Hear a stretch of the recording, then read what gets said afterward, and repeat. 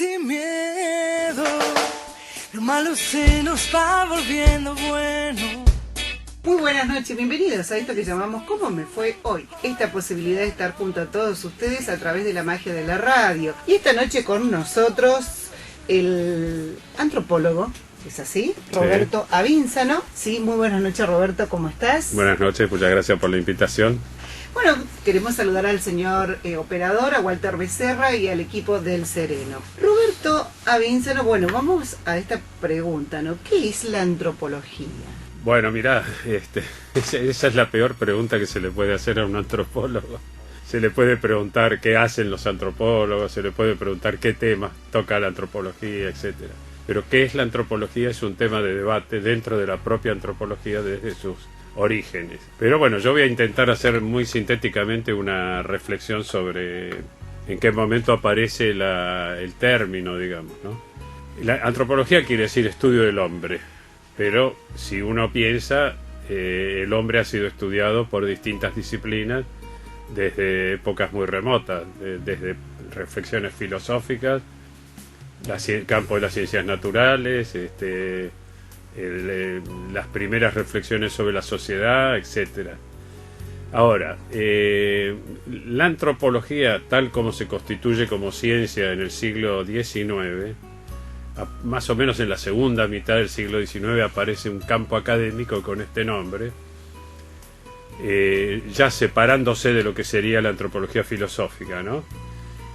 Tiene que ver con el descubrimiento del mundo, digamos. Europa, que es donde se va a producir el nacimiento de la antropología, sale de sí misma, recorre el mundo, viaja, descubre, conquista, coloniza, y se encuentra con un mundo variadísimo, con culturas muy sencillas, no digo primitivas porque eso ya sería ubicar este término, digamos, en una especie de darwinismo mal usado para la sociedad, pero bueno, sociedades de una enorme simpleza en todo el mundo, que vivían en zonas muy marginales, en desiertos, en selvas, en montañas.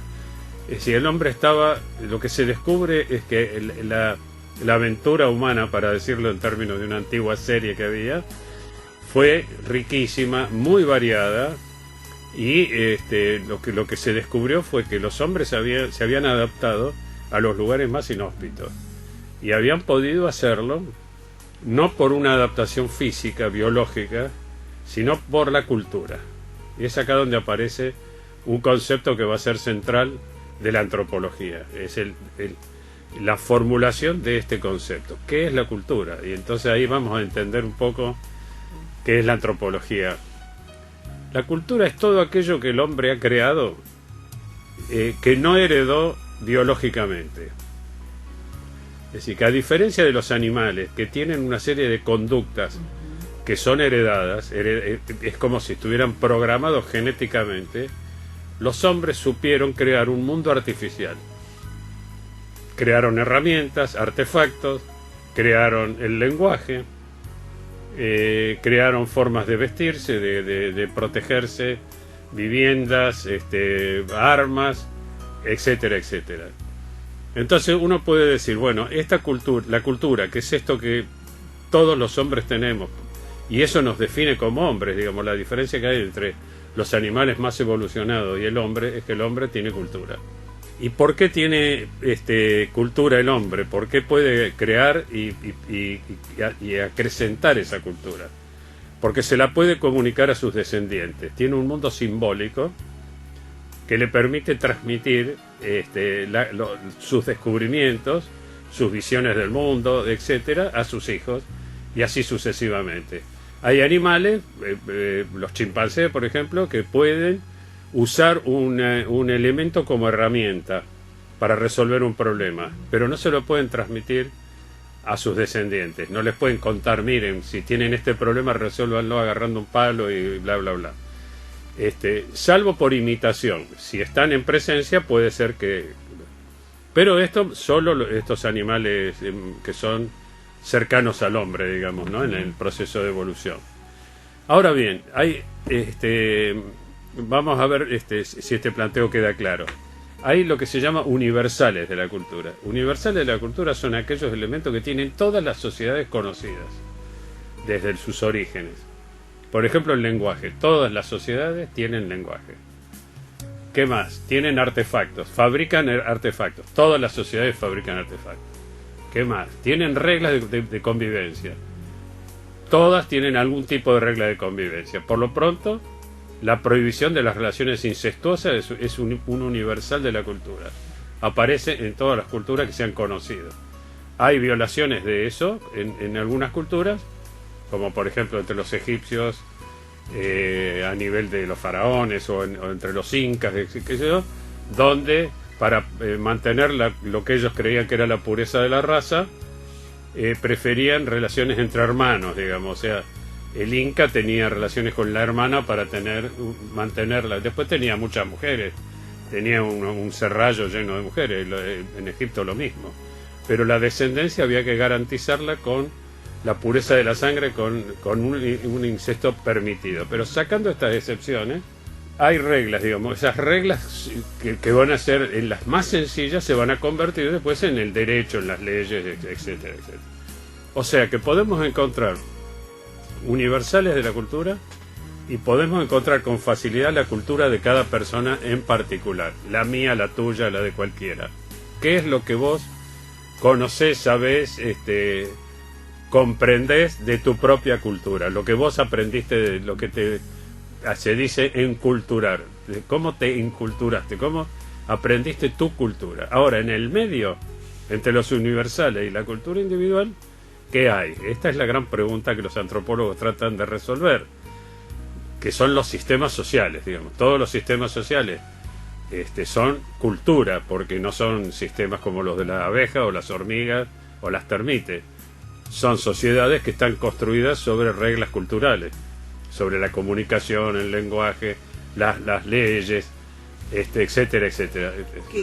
Que marcan las diferencias de los pueblos, ¿no es bueno, ahí cierto? viene el tema. Así que cada pueblo cada sociedad resolvió sus problemas de una manera distinta. Vamos a tomar dos casos extremos.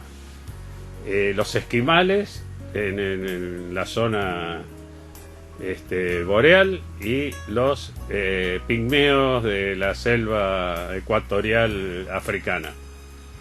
Unos tuvieron que adaptarse a una selva, conocer esa selva, tener un gran conocimiento de esa selva, de las propiedades de las plantas, de lo que sea, digamos. Y fueron sabios en eso, llegaron a tener un conocimiento extraordinario de eso. Y los otros vivían en el hielo. O sea que lo único que podían usar era el hielo. Tenían casas de hielo, los iglú, inventaron formas de desplazarse por el hielo, domesticaron a los perros para tirar los trineos, comían animales que eran de esa zona, tenían muchísimos instrumentos que eran de hueso, que era de hueso de los animales, además de otros instrumentos de piedra, etcétera. En los veranos migraban hacia el sur, hacia las zonas más calientes, y se reunían grandes grupos, y durante el invierno se separaban, tenían como dos formas de organización social distintas, y se separaban en pequeñas familias que se perdían durante toda la noche del invierno y sobrevivían perfectamente porque usaban pieles que eran de producto de la casa, el alimento también era producto de la casa, etcétera. Entonces, se produjo una adaptación, digamos. Exactamente, exactamente. Se adapta al medio con los recursos que va encontrando, ¿no? Exactamente, y uno ve, digamos, todo el círculo polar en el norte del planeta y ve que son todos pueblos adaptados al frío extremo. Los lapones, los kirguises, los esquimales, ocupan toda esa zona circumpolar, ¿no? Extraordinaria. Pero después, a medida que vos te vas al sur, te encontrás con infinidad de otros experimentos humanos. Por ejemplo, descubrir los cultivos, descubrir la agricultura fue toda una revolución. Bueno, ¿qué te parece, Roberto, si lo planteamos en otro bloque? ¿Sí? ¿Cómo no? Bueno, nosotros te decimos hasta la próxima y agradecemos a Roberto Avínzano, antropólogo, que nos contó la antropología y por supuesto la cultura. Roberto, muchas gracias por acompañarnos. Gracias a ustedes.